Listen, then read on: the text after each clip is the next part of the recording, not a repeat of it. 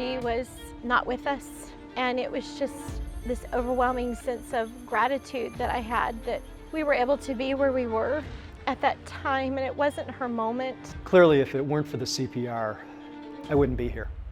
You've got about 4 minutes, and they don't get your heart going, your brain starts to die. I know Bill is a hero, and to me he is. When he said he saw me, why he's doing it, he said, I didn't think you were gonna make it. You wouldn't believe what it means to me to be here today. So statistically, if you are ever asked or called upon to do CPR, it is much more likely that it's going to be somebody you know and care about than a total stranger.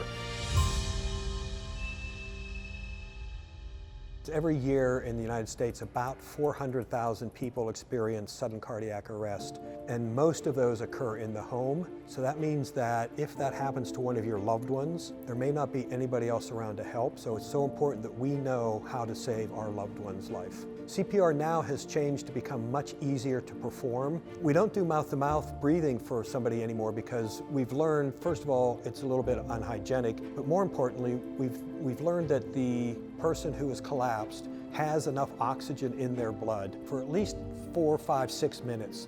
What they need is for that blood to get circulated, and that's what we do with CPR. We circulate that blood, we help the heart pump the blood to the brain and to the heart itself, and so we're keeping that brain alive until help arrives. A few weeks ago, I was playing golf with some friends, and I had an event. Some people call it the big one.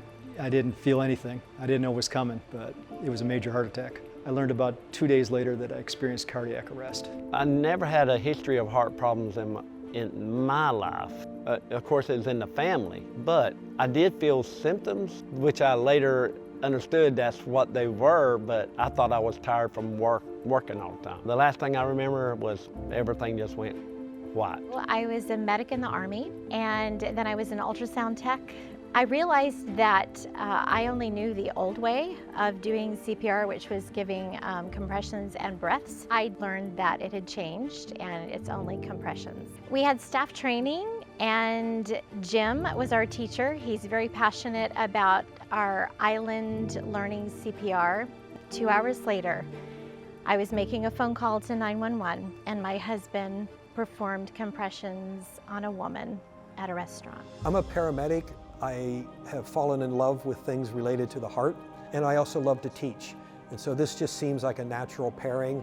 I can teach somebody how to restart the heart, how to save somebody's life. I can't think of anything better at the end of our days here than to be able to look back and say that you have saved a life. Tuesday, March 18th is a day that I'll never forget. It was a day that changed my life. I was really looking forward to playing golf with friends. Like any other round of golf, got there early and warmed up on the driving range, hit some balls, felt pretty good. So I usually carry my clubs when I walked, and that day was no different. I was probably slightly winded, but nothing out of the ordinary. So through the first 7 holes, I was feeling pretty good, but I'd forgotten I parred the hole, because what happened on 8 is when everything changed.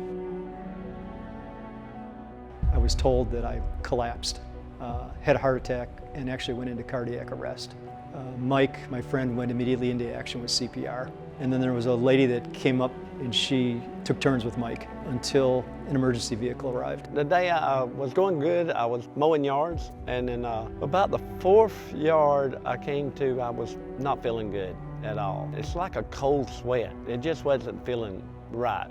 So the 5th yard, I came to this neighbor, and he was going to do some yards for me. Last thing I remember, he gave me a bite of watermelon, and I took one bite, and walking away from him, and I felt my right arm just go down, and everything went white.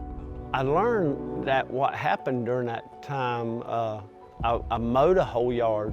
I talked to a neighbor for 10 minutes, and I was trimming a yard before I went out, and one of the neighbors come out, saw me in the yard, and went and got Bill, and Bill came over there and started CPR on me, while another guy, Michael, called 911. When we went inside, I noticed a couple. They were the only ones in the restaurant, busy eating. And so after we made our order, I went to the table to sit down, and I happened to look over at the couple, and I saw that he was on the ground on his knees, and the lady was lying flat on her back.